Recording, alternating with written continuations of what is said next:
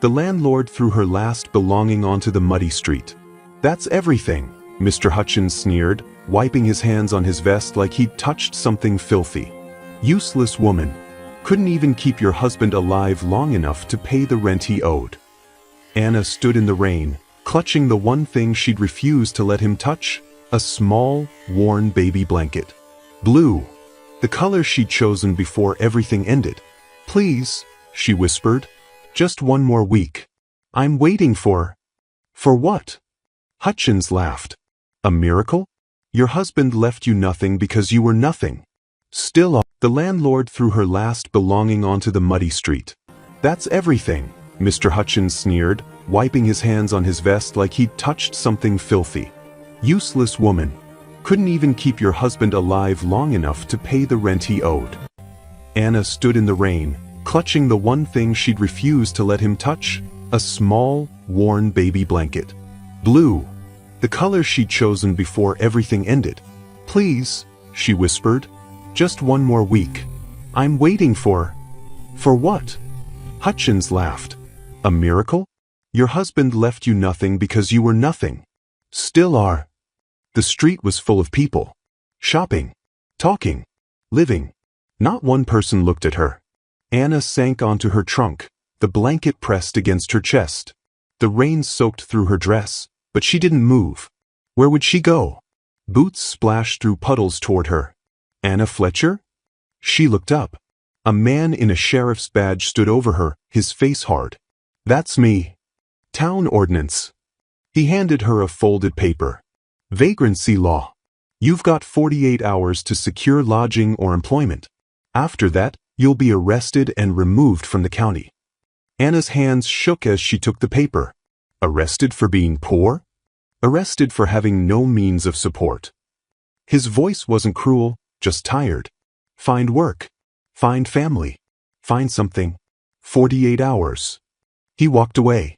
Anna sat in the rain, holding a piece of paper that said she had 2 days before she became a criminal. The blanket in her lap was the only soft thing left in her world. "How much do you need?" Anna's head snapped up. A man stood in front of her. Tall, broad-shouldered, expensive coat, but his eyes were empty. "Hello. What?" "To stay," he said flatly.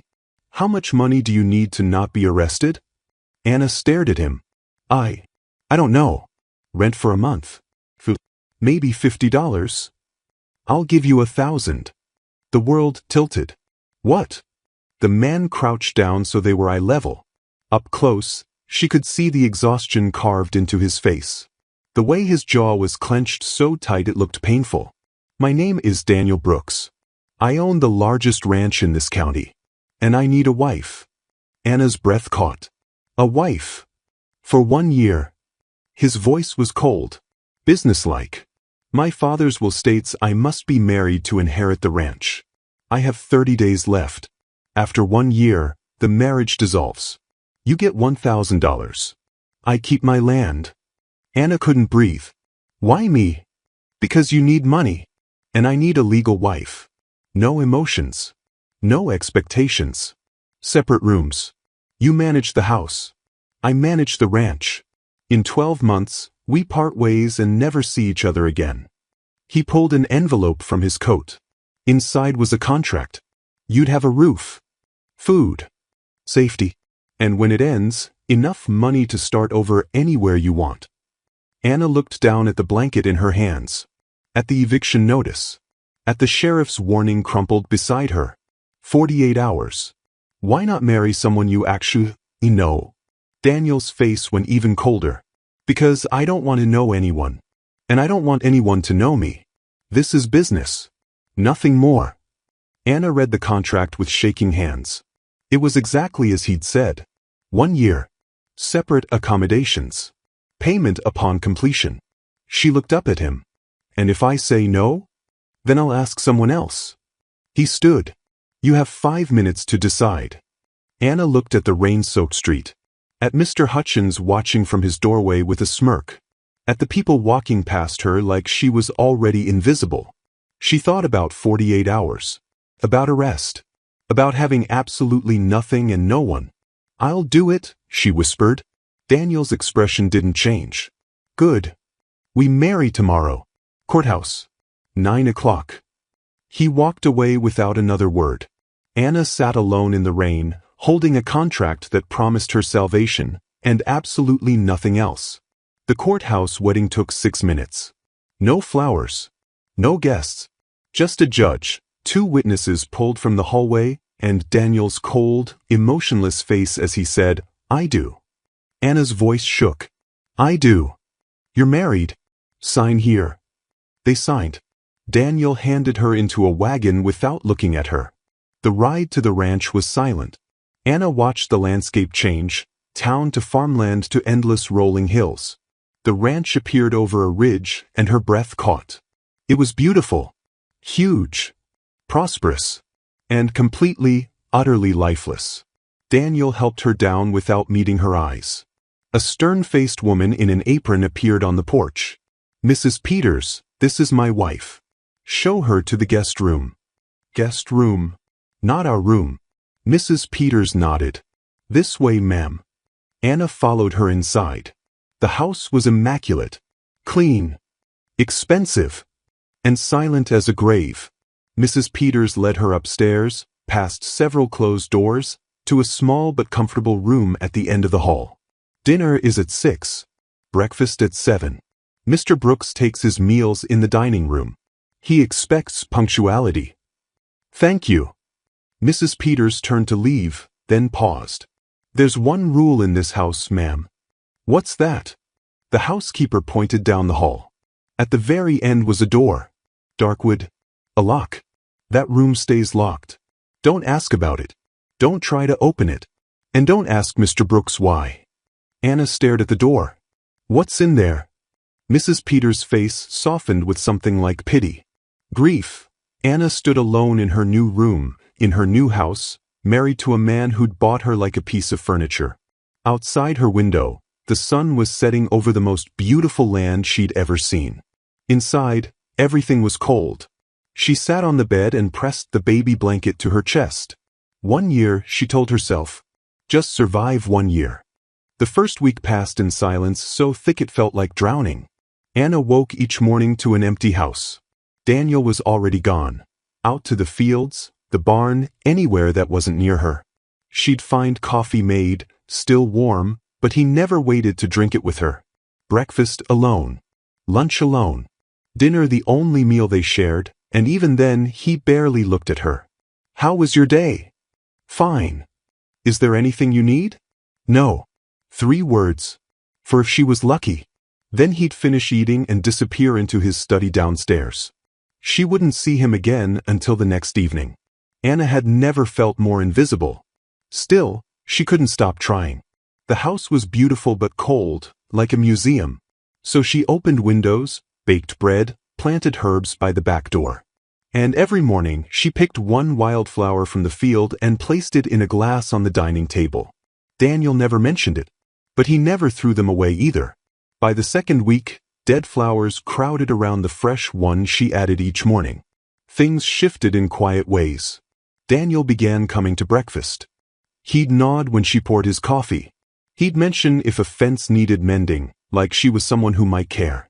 She did. She brought him water while he worked. He took it without looking at her, but he drank it every time. One evening, 3 weeks in, Anna was washing dishes when she felt him behind her. She turned. Daniel stood in the doorway, holding vegetables from her garden. "You planted these?" he said. "Yes." "I hope that's all right." "It's more than all right." He set the basket down. "I haven't seen that garden used in 2 years." Their hands reached for a tomato at the same time. Fingers brushed. Anna froze. So did Daniel. 3 heartbeats. His hand warm. Her pulse racing. Then Daniel pulled back like burned. "I should." He didn't finish. Just left. Anna stared at her hand, feeling the ghost of his touch. "I'm falling in love with him," she realized. And it was the worst thing that could happen. The woman arrived on a Thursday afternoon. Anna was in the garden when she heard the carriage. She stood and watched an elegant woman step down. Beautiful. Perfectly dressed. A woman for drawing rooms, not dirt paths. The woman's eyes found Anna and went cold. You must be the wife, she said with false sweetness. I'm Anna. Anna Brooks. Of course you are. She circled closer, studying her like an insect. I'm Victoria Henshaw. Daniel and I grew up together. Our families have been close for generations. Anna smiled politely. It's nice to meet you. Is it? Victoria's smile sharpened. I suppose you think you're very clever. Trapping a man like Daniel with a contract marriage. Anna's stomach dropped. I don't know what you... Oh please. Victoria laughed. Everyone knows. The desperate widow. The lonely rancher who needed a wife on paper. Quite the arrangement. It's not like that. Isn't it? Victoria stepped closer, voice vicious. You're a transaction. A formality. When the year ends, you'll leave with your money and Daniel will marry someone appropriate. Anna's hands clenched. Why are you here? To remind you of your place. Victoria's eyes glittered. You may sleep under his roof and wear his name, but you'll never be his wife. Not really. He doesn't love you. He can't even stand to look at you. The words hit like slaps. Boots sounded on the porch. Victoria? Daniel's voice carried across the yard. Victoria's whole demeanor changed. She turned radiant. Daniel, I was just getting acquainted with your lovely wife. Daniel looked at Anna, then back at Victoria. What brings you out here? I wanted to see how you were settling into married life. She touched his arm. And to invite you both to dinner at Henshaw House next week. That's kind, but... Oh, you must come. Remember our wonderful evenings? Music and conversation until midnight. She laughed lightly. Anna, Daniel has the most marvelous singing voice. Anna blinked. He sings beautifully, though I suppose you wouldn't know that yet. Victoria's eyes gleamed. You've only been married a few weeks. So much you don't know. Daniel shifted. Victoria, remember the summer we were 16? You sang at the harvest dance and every girl swooned. Her hand lingered on his arm. I still think about that night. And Daniel, distant, guarded Daniel, actually smiled. A real smile. That was a long time ago. Not so long, she said softly. Some things don't change. Anna watched them. How easily Victoria made him laugh. How comfortable he was with her. How he relaxed in ways he never did with Anna. He can open up, she realized. Just not to me. Victoria finally left with promises to send an invitation. Daniel walked her to her carriage, still smiling. When he returned, the walls were back up. I have work to finish, he said, not meeting Anna's eyes. He left her standing in the garden, dirt on her dress, flowers drooping in her hands. That night at dinner, Anna placed a fresh wildflower on the table. Daniel didn't look at it, or her. Later, walking past the dining room, she saw him sitting alone in the dark, staring at the flowers. All 13 dead ones, and the fresh one she'd added that morning. He didn't know she was watching when he reached out and touched one of the dried petals with a gentleness that made her chest ache. Anna went to her room and lay awake, listening to his footsteps hours later. He paused outside her door. She held her breath. But he didn't knock. He stood there for a long moment, then walked away. He's carrying something he won't share, Anna thought. And I don't know if he ever will. Outside, the wind whispered through the fields. Inside, two people lived like strangers, terrified of what might happen if they stopped pretending. 6 months had passed when the lawyer arrived. Anna was kneading bread when she heard the carriage. Through the window, she saw a severe-looking man in a black suit step down, carrying a leather briefcase. Mrs. Peters appeared in the doorway. The lawyer's here. Mr. Brooks wants you in the study. Anna's stomach nodded. She wiped flour from her hands and followed. Daniel stood as she entered, his face unreadable. The lawyer sat behind the desk, papers spread before him. Mrs. Brooks. The lawyer gestured to the chair beside Daniel. Please sit. Anna sat. Daniel remained standing, hands clasped behind his back. I'm here on behalf of the estate, the lawyer began, to verify the legitimacy of your marriage per Harrison Brooks's will. He opened a notebook. I have several questions. Of course, Daniel said tightly. The lawyer's eyes moved between them. Do you share a bedroom? Silence. No, Anna said quietly. The lawyer made a note. Do you take meals together? Yes, Daniel said. Breakfast and dinner. And do you engage in marital relations? Anna's face burned. She stared at her lap. That's private, Daniel said, voice hard. Mr. Brooks, the terms of the will are explicit. Your marriage must be genuine, legally, socially, and intimately. If this is merely a business arrangement, the inheritance is forfeit. Daniel's hands clenched. We're married. Legally. Legally, yes. But a marriage on paper only won't satisfy the will. The lawyer closed his notebook. I'll return in 1 month. Then I'll need to confirm that you are living as husband and wife in every sense. If not, you lose everything. He stood, gathered his papers, and left. The silence he left behind was suffocating. Daniel walked to the window, back to her. You'll need to move into my room. Anna's heart stopped. What? For appearances. Staff talks.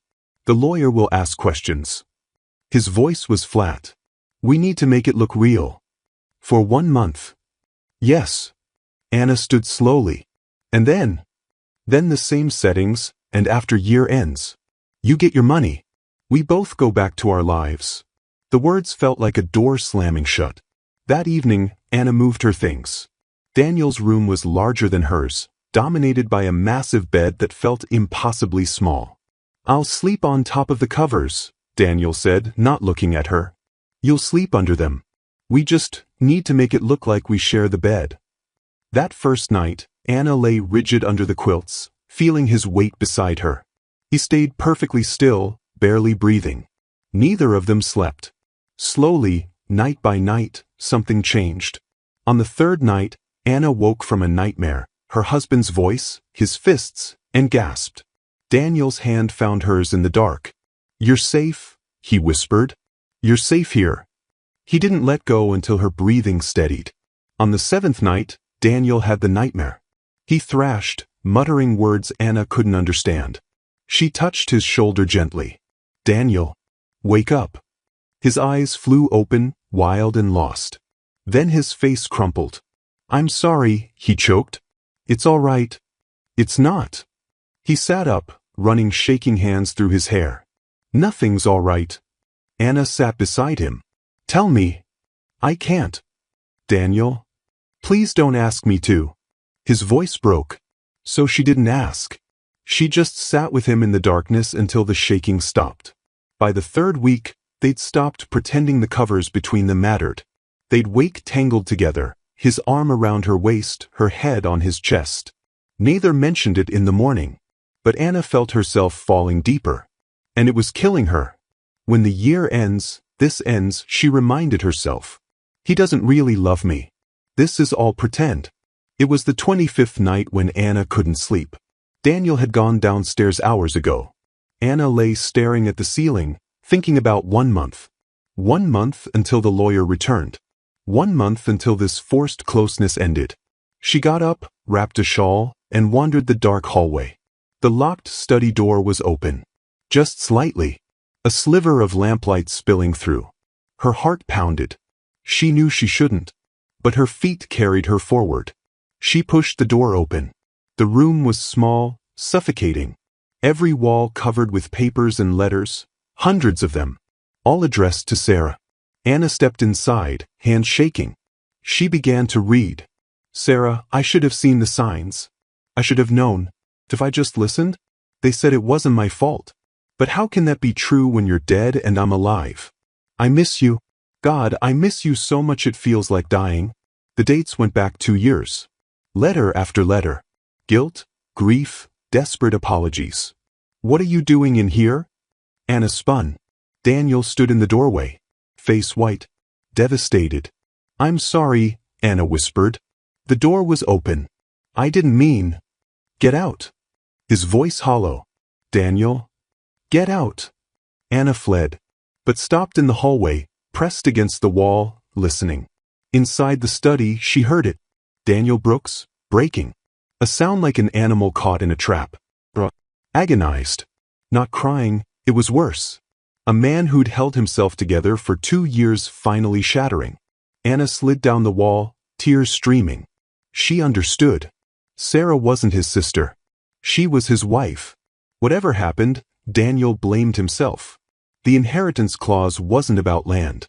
It was about a father who'd watched his son die inside and tried to force him back to life. And Anna, desperate, broken Anna, was supposed to be the cure. But how could she heal someone when she was falling apart herself? Inside the study, Daniel's sobs quieted. Anna stood on shaking legs and walked back to their room. She climbed into the bed that smelled like him and waited. An hour later, Daniel came back. He didn't speak. Just lay down beside her, stiff and distant. But in the darkness, his hand found hers.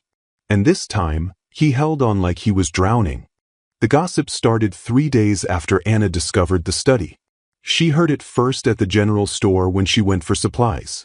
2 women stopped talking the moment she walked in, their eyes following her with sharp curiosity. "That's her," one whispered, not quietly enough. "The contract wife." Anna kept her head down and left without buying anything. By the end of the week, the whispers were everywhere. At church. In the street. Even Mrs. Peters began looking at her differently, pitying, almost sad. "They're saying the marriage isn't real," the housekeeper finally told her. "That you have separate rooms. That it's all for show." Anna's stomach dropped. "We share a room now. For a month." "I know, ma'am. But the damage is done. People talk." Anna wanted to tell Daniel, but he'd been distant since the night in the study. He still slept beside her, still reached for her hand in the dark, but during the day he barely met her eyes. Like he was ashamed she'd seen him break. The morning the sheriff arrived, Anna was in the garden. She heard the horses first. 3 of them. When she looked up, Sheriff Morrison was dismounting, his face grim. Behind him were 2 deputies. And Victoria Henshaw, sitting in a carriage, watching with cold satisfaction. Anna's heart began to pound. "Mrs. Brooks," the sheriff called. "I need you to come here, please." Anna wiped her hands on her apron and walked toward them, her legs shaking. "What's going on?" The sheriff pulled a folded document from his coat. "I have a court order. You're under investigation for marriage fraud." The world tilted. "What?" "The town council has received evidence that your marriage to Daniel Brooks is a sham. A legal arrangement designed to circumvent the terms of his father's will." "That's not, we're married. Legally married." "Legally, yes. But the council has testimony that you maintain separate rooms. That you were hired for a sum of money. That this marriage is fraudulent." His voice wasn't unkind, but it was final. "You have 24 hours to leave the county, Mrs. Brooks. If you don't, you'll be arrested." Anna couldn't breathe. "But the estate lawyer already." "The lawyer works for the Brooks estate, ma'am. The town has filed criminal charges. For misrepresentation. This is beyond the will now." "Who filed the charges?" Anna's voice shook. The sheriff glanced toward Victoria's carriage. He didn't have to answer. Boots pounded across the yard. Daniel appeared from the barn, his face thunderous. "What the hell is going on?" "Mr. Brooks." The sheriff straightened. "I'm serving your wife with." "She's not going anywhere."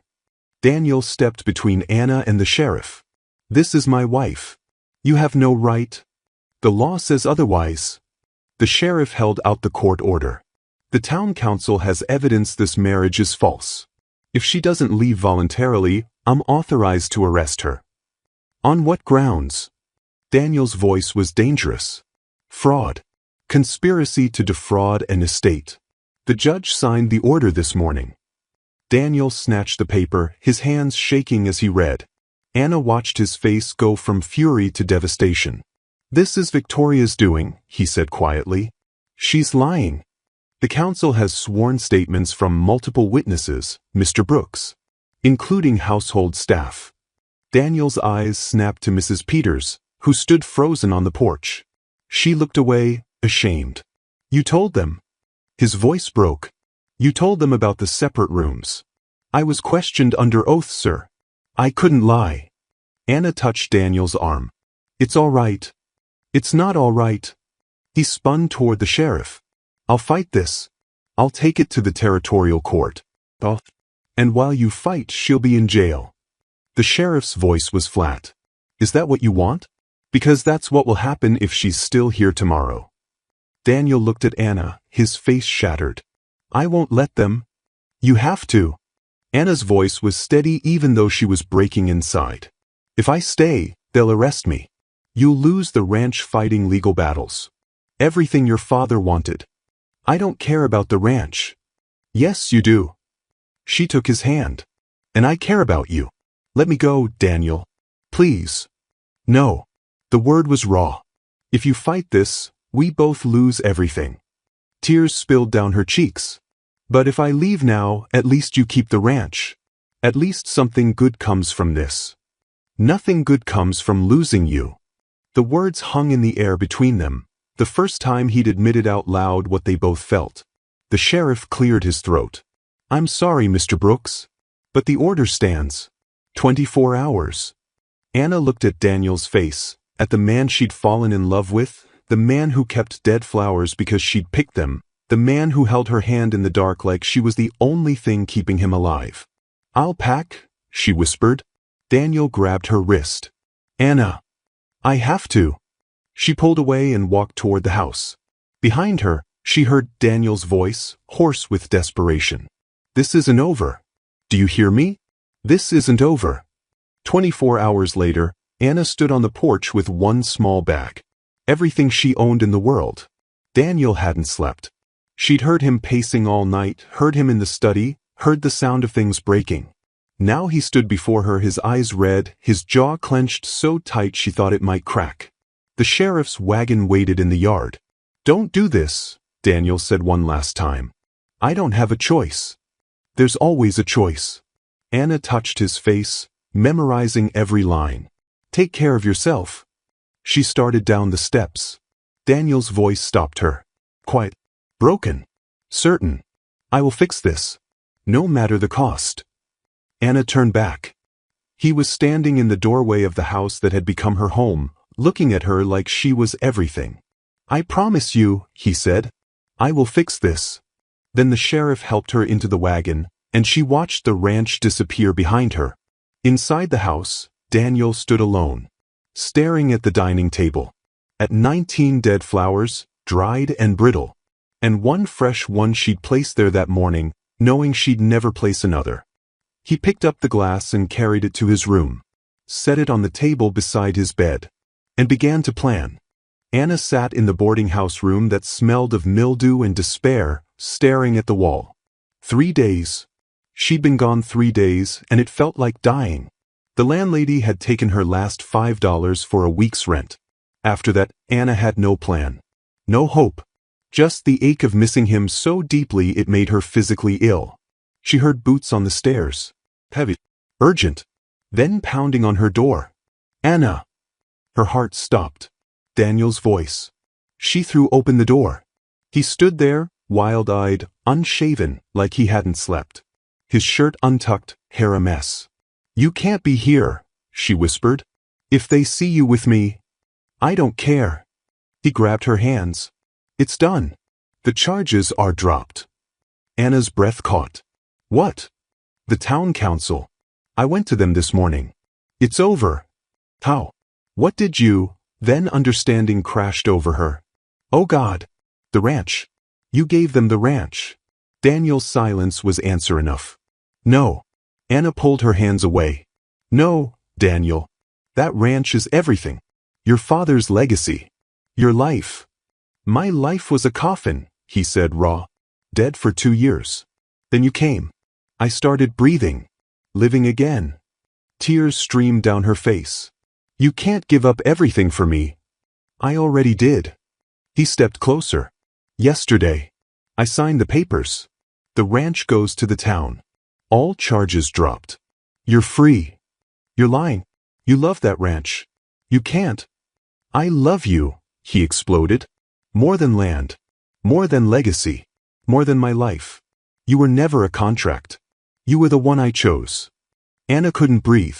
When my father wrote that will, Daniel continued, voice shaking, he tried to save me from drowning in grief. He forced me to try. hiring a wife, keeping distance, staying safe. Daniel? But then you started putting flowers on the table, baking bread that smelled like home, looking at me like I was worth something. His thumbs brushed her tears. And I fell in love. Terrified. Fighting it. But completely, irreversibly in love. The year isn't even up, Anna whispered.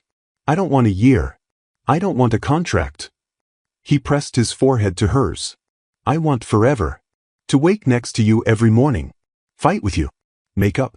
Grow old annoying you. You gave up everything. I gave up nothing, he said fiercely. Because you're everything. The ranch was just land. You're my life. She kissed him, desperate and certain. When they broke apart, Daniel smiled, a real, full smile she'd never seen. Marry me, he said. For real. Not for money, inheritance, or any reason except that I love you and want to spend my life proving it. Yes. She laughed through tears. Yes, you impossible man. Yes. They walked out together, hand in hand. The street was full, Saturday market day. Standing in the center, as if waiting, was Victoria Henshaw. Her face went white. Daniel led Anna straight toward her, the sheriff nearby, toward all the people who'd whispered and judged. Sheriff Morrison, Daniel called. I want to report a crime. The sheriff turned. Mr. Brooks. Miss Henshaw filed false charges against my wife. Perjury. I have proof. Victoria's face went crimson. You can't prove. I can. Daniel pulled papers from his coat. Sworn statements. Bank records. A letter from the estate lawyer confirming our marriage was legitimate. She lied to destroy us.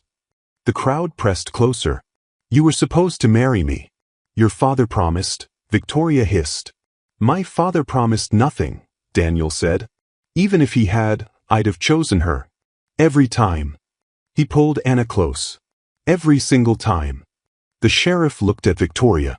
You need to come with me. This is ridiculous. Victoria shouted. She's my wife, Daniel said clearly. The woman I love. Anyone who speaks against her answers to me. Silence fell. Then clapping from the back. Mrs. Henderson, the blacksmith, more voices joining. Enough. Anna buried her face in Daniel's chest. He held her while the crowd dispersed. The sheriff led Victoria away, their world slowly righting itself. What now? Anna whispered. No ranch. Nothing. Daniel tilted her face up. We have each other. We'll figure out the rest. 1 year later, Anna stood on the porch of their small house, bought with money from selling Daniel's horses, watching him work their modest land. Her hand rested on her swollen belly. 7 months along. The house was tiny, but full of laughter, arguments, burnt dinners, and love. On the kitchen table sat a glass with 23 dried wildflowers. Daniel kept every one. That evening, his estranged brother came to reconcile. They talked for hours, healing old wounds. As the sun set, Daniel knelt beside Anna in the garden, covering her dirt-stained hands with his. Do you ever regret it? She asked. Never, he said. The ranch was my past. You're my future. I love you, she whispered. I know. He kissed her forehead. You show me every day. You loved me back to life. She leaned against him, feeling their baby kick. Sarah would have liked you, he said softly. Then I'm grateful to her, Anna said. They sat together as darkness fell, two broken people now found. The flowers on the table were wilting. Tomorrow, Anna would add another. And Daniel would keep it. Every day, they'd choose each other again.